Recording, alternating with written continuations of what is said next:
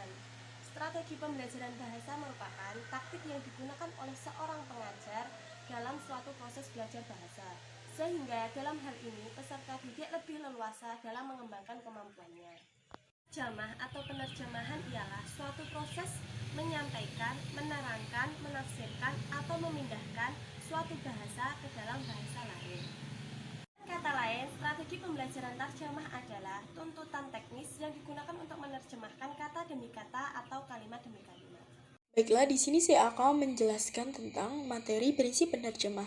Pendapat Theodore Safory dalam bukunya yang berjudul The Art of Translation mengemukakan tentang prinsip-prinsip dasar menerjemahkan, yaitu yang pertama, penerjemah haruslah mencarikan padanan kata yang sesuai dengan makna kata-kata yang aslinya. Kedua, penerjemah haruslah dapat menghasilkan karya terjemah yang dapat merefleksikan gaya naskah pengarang aslinya. Yang ketiga, penerjemah haruslah dapat menyajikan gagasan-gagasan karya aslinya. Yang keempat, penerjemah hendaknya dapat menghasilkan karya terjemahan yang dapat dibaca dengan mudah.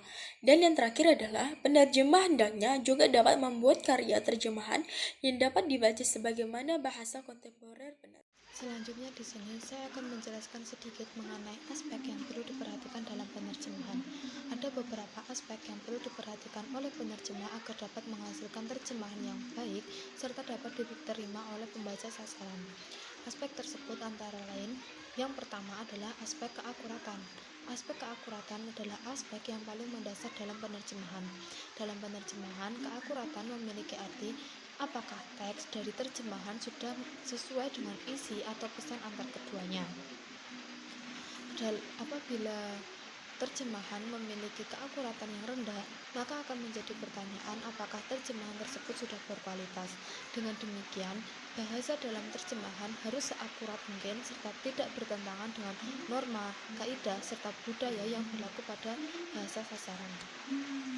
Aspek dari penerjemahan yang perlu diperhatikan yang kedua adalah aspek keberterimaan. Maksud dari aspek keberterimaan ini adalah apakah terjemahan sudah sesuai dengan budaya, norma, serta kaidah dari bahasa yang ada. Aspek keberterimaan menjadi penting karena meskipun terjemahan sudah memiliki keakuratan yang baik, namun bertentangan dengan budaya, norma, serta kaidah bahasa dari bahasa sasaran, maka tentu terjemahan tersebut akan ditolak oleh pembaca sasaran. Selanjutnya, aspek yang perlu diperhatikan dalam penerjemahan yang ketiga adalah aspek keterbacaan. Selain terjemahan harus memiliki keakuratan serta keberterimaan yang baik, maka terjemahan juga harus memiliki keterbacaan yang baik juga. Maksud dari keterbacaan di sini adalah terjemahan mudah dipahami oleh pembacanya. Terkait hal ini, Nababan menjelaskan ada beberapa faktor yang mempengaruhi aspek keterbacaan, antara lain panjangnya suatu kalimat, jumlah kata baru, serta gramatikal atau tatanan bahasa yang digunakan. Yang selanjutnya yaitu strategi atau ideologi penerjemahan. Ketepatan dalam penerjemahan tersebut sangat berpedoman pada ideologi bahasa sumber. Kebenaran dalam bahasa sumber tersebut harus mengandung nilai moral, kaidah, dan kebudayaan yang bisa berlaku di bahasa sasaran. Pendapat yang kedua yaitu penerjemahan hanya menerima pedoman yang berlaku di bahasa sasaran. Adanya kedua pendapat tersebut, maka dapat disimpulkan bahwa strategi penerjemahan terbagi menjadi dua, yaitu demostifikasi dan foreignisasi. Demostifikasi secara intinya adalah penerjemahan dari bahasa Arab ke bahasa Indonesia, sedangkan foreignisasi adalah penerjemahan dari bahasa Indonesia ke bahasa Arab. Sebelum translator mengacu atau menuju pada tahap strategi penerjemahan tersebut, maka seorang translator atau penerjemah harus memenuhi dua kriteria, yaitu yang pertama kepada siapa penerjemahan tersebut ditujukan. Yang kedua yaitu tujuan dari penerjemahan itu sendiri. Membahas tentang dua strategi tersebut, yang pertama yaitu demostifikasi. Demostifikasi adalah ketetapan atau tidak mengubahnya bahasa lazim atau bahasa asing yang ada di bahasa sumber kepada bahasa sasaran. Jadi, bahasa lazim atau bahasa asing yang terdapat dalam bahasa sumber tersebut tidak diubah ke bahasa sasaran. Contohnya yaitu dalam pidato bahasa Arab ke bahasa Indonesia, yaitu ketika seorang penceramah atau seorang yang sedang berkhutbah itu ketika mengucap ya ma'syarul muslimin rahimakumullah. Lah, maka mereka sangat jarang mengganti kata tersebut dengan wahai kaum muslimin yang dirahmati oleh Allah.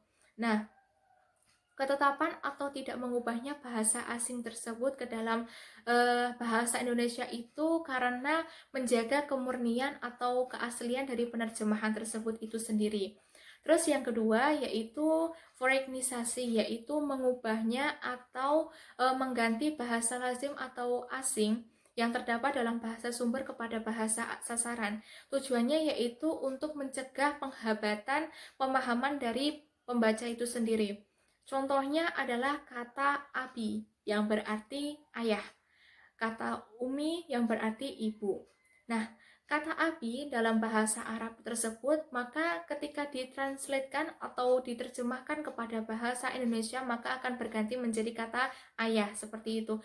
Tujuannya yaitu untuk memudahkan pembaca dalam memahami teks bahasa terjemahan tersebut. Berbeda dengan demostifikasi, yaitu yang tetap atau tidak mengganti bahasa sumber terhadap bahasa sasaran itu sendiri. Nah, dengan adanya itu, maka dua strategi tersebut merupakan menjadi bagian pokok dari suatu penerjemahan. Materi yang selanjutnya yaitu strategi penerjemahan dari bahasa Arab ke bahasa Indonesia.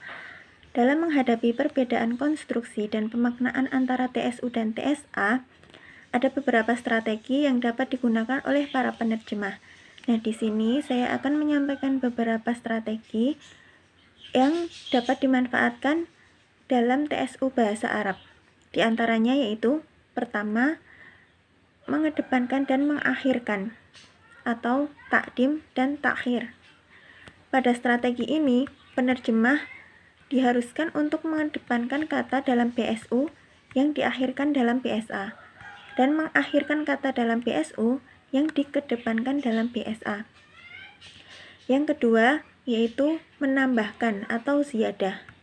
Pada strategi ini, penerjemah diharuskan menambahkan kata dalam PSU yang disebut dalam PSA. Yang ketiga yaitu membuang atau hadz. Strategi kali ini mengharuskan penerjemah untuk membuang kata dalam PSA yang disebut dalam PSU. Dan yang terakhir, mengganti atau tabdil. Untuk strategi ini mengharuskan seorang penerjemah untuk mengganti struktur kata dalam PSU dengan memperhatikan makna dalam PSA. Nah, untuk contoh-contoh dari strategi-strategi yang telah saya sebutkan tadi dapat teman-teman lihat di dalam makalah.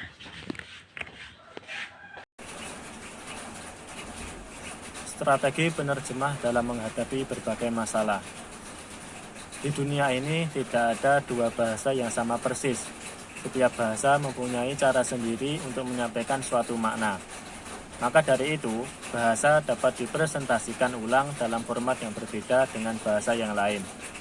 Oleh karena itu, senjangan bahasa dapat menjadi masalah dalam penerjemahan. Penerjemahan diharuskan untuk memahami semua aspek kesamaan dan semua unsur yang ada di dalamnya, yaitu paragraf, frase, klausa, baik tulisan ataupun lisan. Dalam masalah kesamaan, meskipun penerjemah telah menemukan kesamaan untuk suatu istilah, masih banyak kemungkinan penggunaan istilah yang lain untuk menyamakan istilah tersebut. Itu dikarenakan pada dasarnya penerjemahan tidak hanya sekedar pengalih bahasa, akan tetapi cara untuk menemukan kesamaan yang pas untuk mendapatkan teks bahasa tujuan yang benar dan dapat diterima. Ada beberapa strategi yang dapat digunakan penerjemah dalam menghadapi masalah penerjemahan. Yang pertama, transferensi. Transferensi yaitu penggunaan istilah dari bahasa sumber ke dalam bahasa tujuan. Yang kedua, naturalisasi. Cara ini menyesuaikan kata dari bahasa sumber dan struktur morfologi alami ke dalam bahasa tujuan. Yang ketiga, kalku. Kalku yaitu cara penerjemahan secara harfiah atau pinjaman untuk kolokasi yang umum atau frasa yang dikenal dalam bahasa sumber. 4. Modulasi. Modulasi yaitu cara menerjemahkan dari sesuatu yang abstrak menjadi konkret. dari kalimat aktif menjadi pasif, mengubah simbol, dan sebagainya. Yang kelima, padanan budaya. Padanan budaya dilakukan dengan cara mengganti kata atau ekspresi budaya ke dalam bahasa sumber dengan kata. Yang keenam, transposisi. Transposisi yaitu peralihan tingkat kata secara verbal menjadi dominan tanpa mengubah arti dari kalimat yang diterjemahkan.